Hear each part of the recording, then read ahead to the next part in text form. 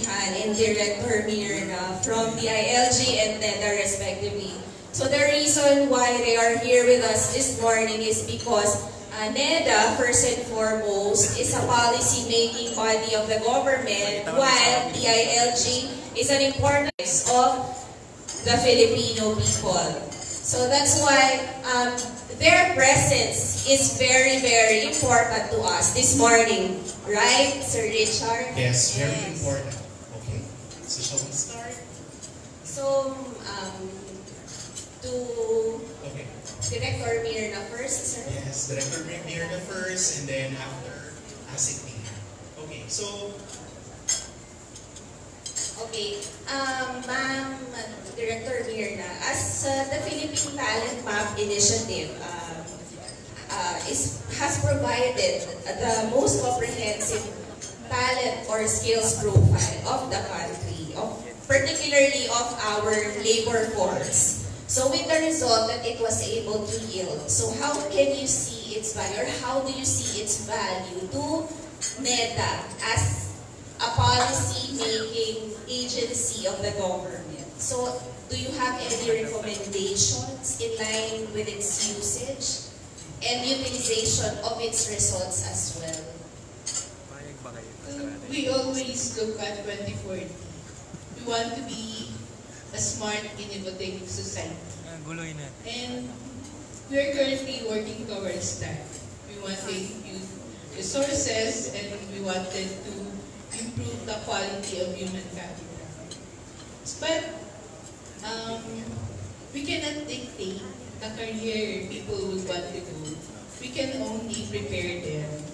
And when we prepare them, we want at the onset that the services that we provide them are of quality.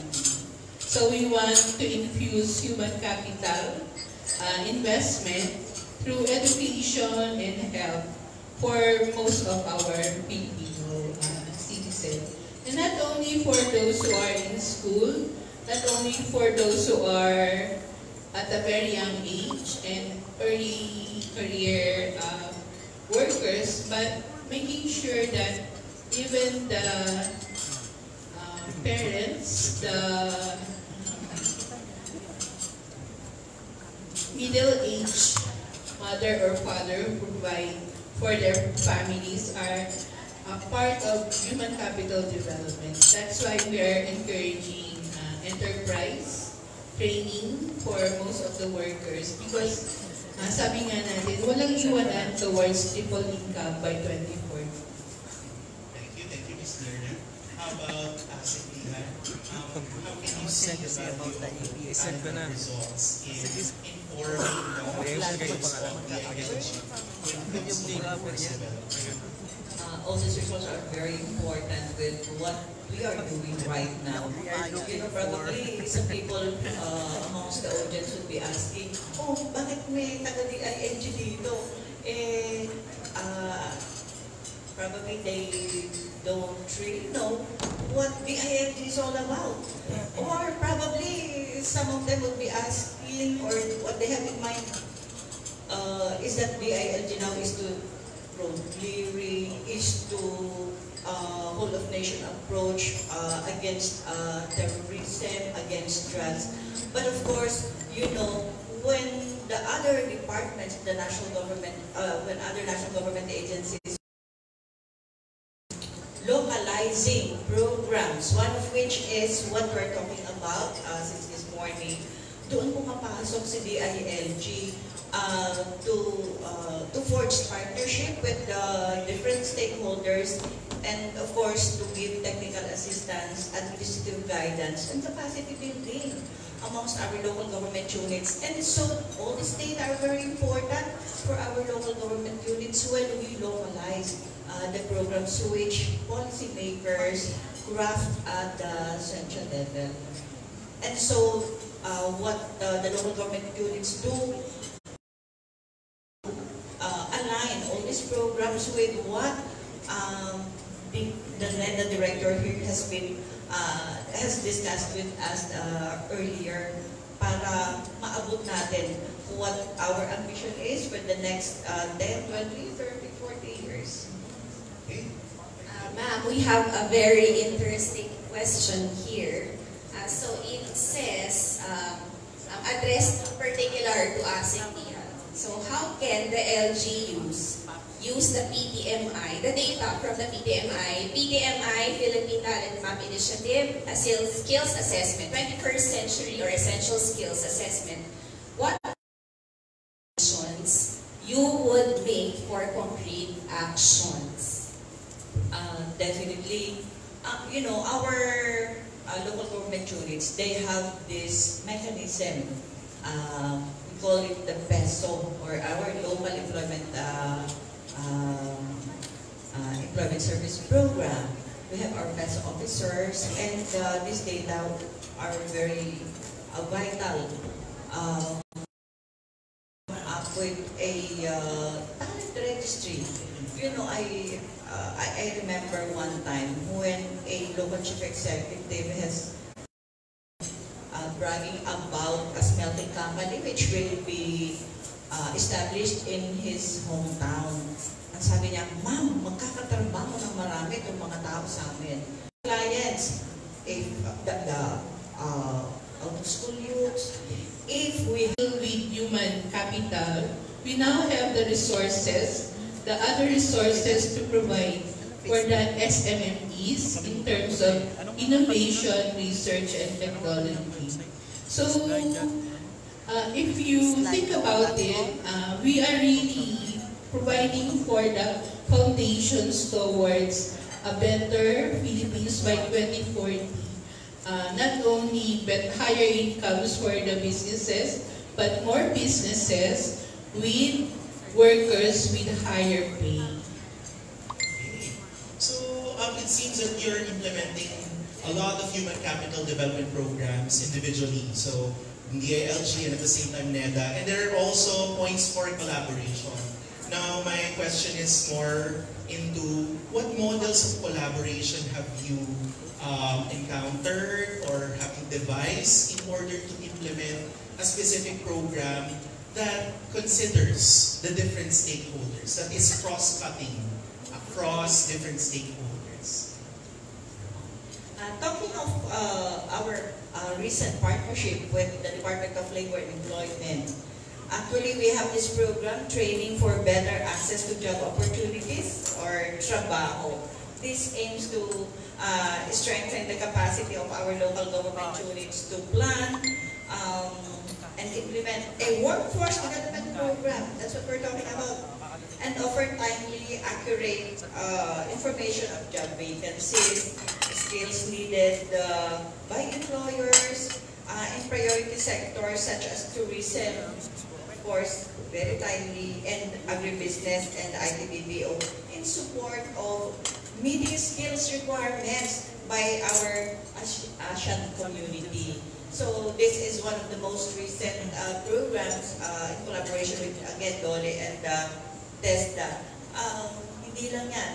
We now have launched actually the program called Whole of Nation Approach. It's actually an approach where each cluster of national government agency will have to deal with a specific program to realize our objectives, which we have crafted out of our Executive Order 70. Executive Order 70 has something to do with ending local communist armed conflicts. And so much as we would like to target every local government unit, we are now specifically trying to address our needs in peace-challenged local government units. Very good. Miriam? NEDA is an oversight agencies. We are not implementing. So what we do is collaborate with other government offices in terms of implementing programs and projects down at the local government unit. And we have partnership with the DILG by localizing the Philippine Development Plan and also localizing what we call the Sustainable Development Goals. You remember the Sustainable Development Goals. So as we go to 2040 ambition natin, This is also aligned with our international commitment on the sustainable development goals. And we were fortunate that we were given budget this year, starting this year, to create this, we call this partnership, the government, legislation, and also we have what we call the civil society chamber. This is a big this is a big partnership among stakeholders to work side by side with government. And we will be organizing this, we call this the subcommittee on sustainable development. And we are not putting this under the social development committee because the social aspect is only one part of the SDGs. You also have the economic and the environment. So this will be placed under the development budget and coordinating committee. You may not have heard of this, but you always hear of the budget of the government, right? And this is the committee that is preparing every year the budget for the government. So by placing this committee under the committee that is preparing the budget, we are saying that we are ensuring that there is budget for any programs and project activities that we will be undertaking for the sustainable goals. And this is not only activities to be implemented by the government. Remember, there is this civil society we call stakeholders chamber working with us. And there are many NEDA, there are many collaborations with the private sector because we really think that we need to capacitate everyone for us to really move. Walang iwanan. Totoo pong walang iwanan until 2040 and even beyond. Thank you, Ms. Miriam. This alliance that we are promoting, ASIC Director Mirna, promotes interagency collaboration. So for you, in your opinion, what do you think if there is, if this will be implemented? How do you think it would benefit or how it can be advantageous on your respective agency if there is a, let's say, a seamless and smooth transition or partnership between and amongst the government agencies, and probably not just the government agencies, together with our private partners in implementing all the programs and the projects planned by NEDA or the government? NEDA is not new to alliances with the private sector. In fact, I think we started 10 years ago with what we call accelerated strategy against poverty. And this is basically led by the private sector. This is, the aim of this strategy is to create secondary growth centers. If we say that Manila is a growth center, then we want to create other growth centers outside Metro Manila. So we identified then 10 provinces. So for example, our best case is in Cebu. So Cebu City is the center, but we want to create other hubs outside of Cebu City. So there's this alliance with Tuburan municipality. You know Tuburan? No? Yes? Maganda yung story of Tuburan. This is also related to sustainable development, the goal. Tuburan is a very poor community where the only activity, economic activity, is fishing or drying fish. But it's a very mountainous area. So in the ASAP strategy, the methodology is gathering the private sector, the local community, and national agencies. You seldom get national agencies going to local governments, right? But this is the model for the ASAP strategy.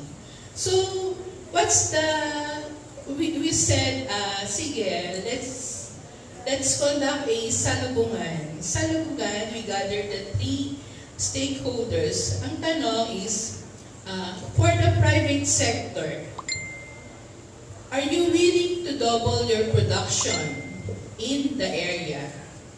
If so, what do you need from, if ever, there will be local partner? So yung sabi nung exporter from Cebu City, I want to increase production of mga wheat. Mga wheat. Hindi pa tugulan. So, apparently, ang kailangan mo lang is to train certain workers and may nakipag-partner na municipality with this exporter. Parang sila lang yung gagawa ng wheat. So, increase in production for the exporter, twice, diba? So, imagine, twice the income, but you provided work outside Cebu City.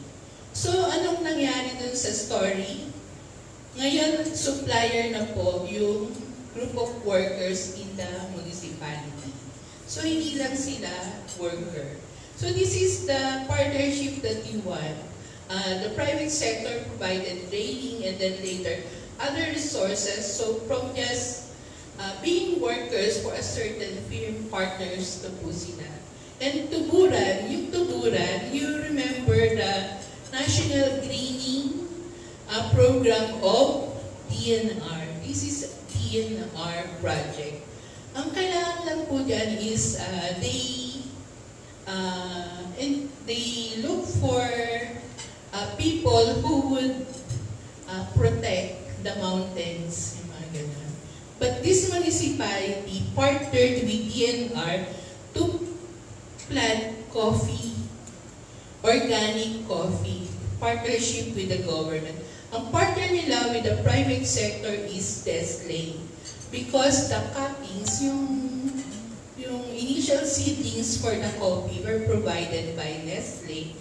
And Nestle also, parang flagging but provided yung mga technical assistance for them to grow.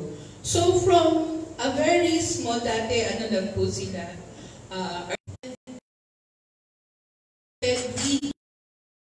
of policymakers here in Manila. This is under the Human Development and Poverty Reduction Cluster. We are not implementers, we create the policies. And we partner with the ILG, we partner with the private sector for the implementation. We don't know what is needed down there. We are policymakers up there, 8 hours a day on our desk. We use the computer, but you need to tell us what you need down there in the ground para we can always Policymakers and implement the private sector. So it means that it can be done. in terms of the PNPI, siguro wala pa silang PNPI. But because of the technical assistance with the private sector, they were able to yung agricultural college in the province to set up a satellite branch in Tubulan, just for them to continue with the technical assistance on coffee plant. Sige, magka-canvas ako next. So imagine kung may PMPI, what other assistance they can get. Yung Cebu, 1.5. Partnership and alliance building have been always the advocacy of the department. As I had said earlier, we have an alliance with our pesos,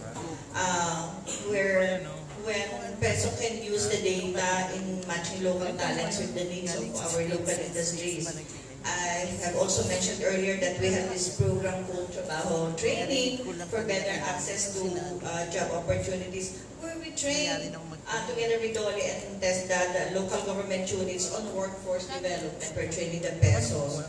We have our local talents and job seekers whom we match with the needs of, again, the local industries. For example, industries in the local government units provides our local government units and the state universities with their skills requirements.